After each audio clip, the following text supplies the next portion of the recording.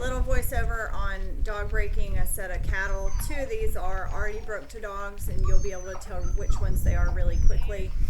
And then two of them are not. So I'm going to talk a little bit about my process of what I'm trying to do.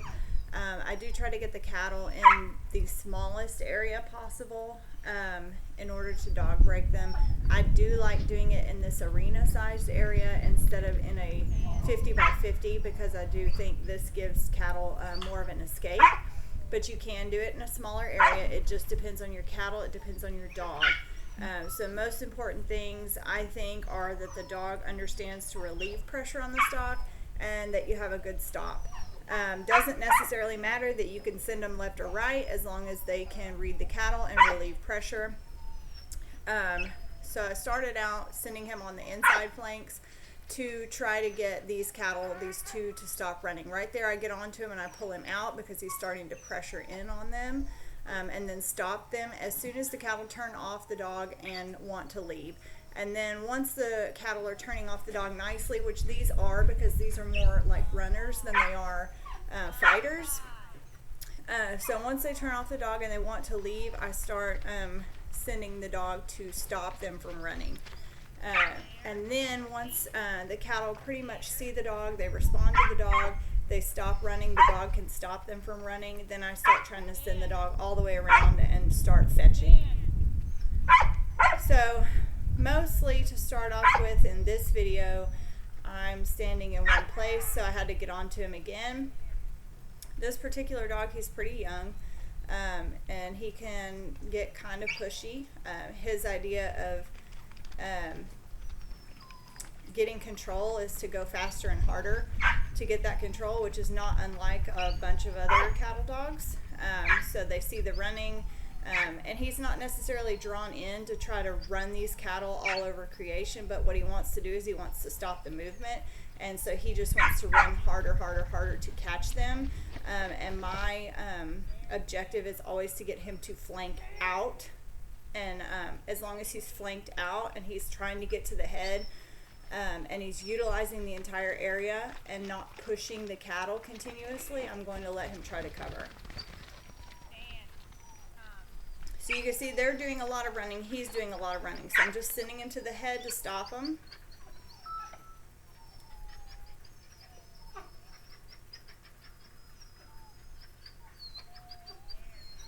And I'm standing him once they turn off the dog. So now I'm having to pressure him because he's kind of blowing me off a little bit on the stand. So that's why I say it's really important that the dog really does relieve that pressure as soon as they can on the cattle. So when I asked him to stand, he continued to move forward. That pushed the cattle further towards the draw, down here towards the bottom of the screen where they want to be.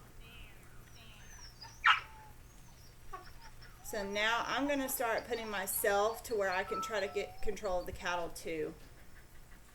I should have been doing that from the beginning, but old habits die hard, and I was trying to control my dog quite a bit. He was pushing quite a bit, and some of that could have been alleviated probably if I had been more interactive with the cattle. It is difficult, I think, to do that when your cattle are not broke at all, because you can kind of add to the chaos of the situation. But you can see me backing away to give him room to come through on the fence. I ask him to stand.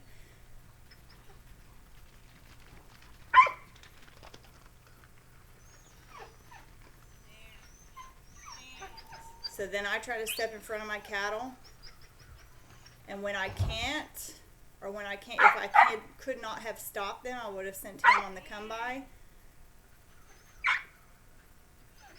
So here's a situation too that the dog is going to end up pushing too much.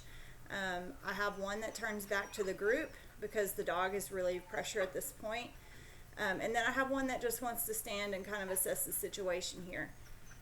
When I do allow Toss to walk up, he walks up directly on the cattle instead of flanking. And I tell him to stand.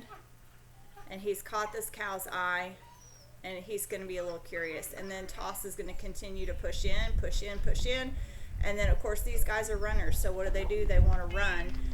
When the dogs confronted them like that and pushed on the cattle and not giving them any relief, the cattle will run over your dog. So that's what caused that. And again, right here, he's going to move. And so I correct him for that. And I know a lot of times what he wants to do is he wants to facilitate the movement. He wants to get the cattle going in the right direction. But if he's not listening to me and he's not reading them correctly, then it's not going to be conducive to getting stuff done.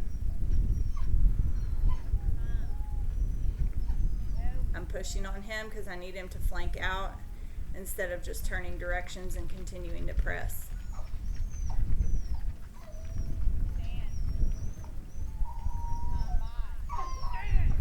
So he went the wrong way, so I stood him. So he patterned pretty quickly to thinking he was supposed to go towards the middle. Right there, he's pushing on the cattle too much, so I step into him. And I really have to get that result where his shoulder turns out. And I ignore the cattle at this point because if my dog's not listening correctly, dog's not taking the flanks correctly and relieving pressure, we're not going to be able to get these cattle stopped. And at this point in this video, I'm starting to get a little bit frustrated about the fact that we are struggling so much.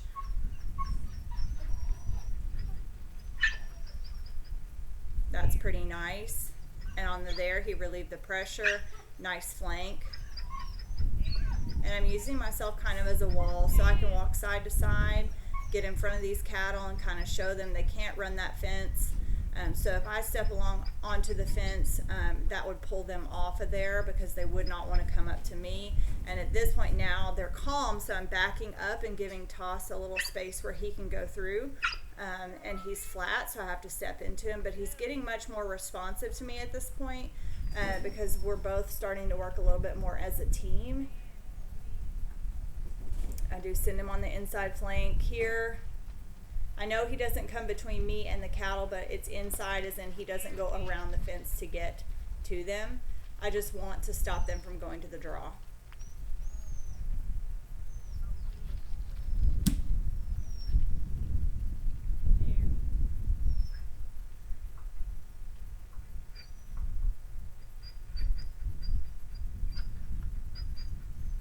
I have to continue to move if I want my dog to be able to move because these cattle are not going to just fetch to me, number one, and they don't want to be near me, number two. So if I stand there like a brick wall and I don't move and back up and give him space to move the cattle, then all he's going to do is push them past me, and that's against what we're trying to get done here.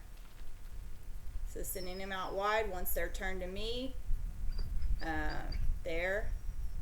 And he has to flank the other direction to catch their heads on this side, nice and wide. He does cut in a little bit right here. He checked up a little bit, so I guess that's why I let that go, but I could have probably been a little bit harder on him about that.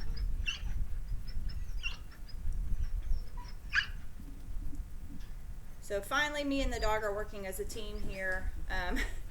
It took a little bit of time for me to kind of get into my head that I needed to be part of the team instead of just directing him. But those, like I said, old habits kind of die hard. So that was a lovely cover. They're headed to the group. He relieved pressure. They're not feeling the pressure. They want to be back with their friends who they didn't think were their friends to begin with. So again, pressing on him to be correct.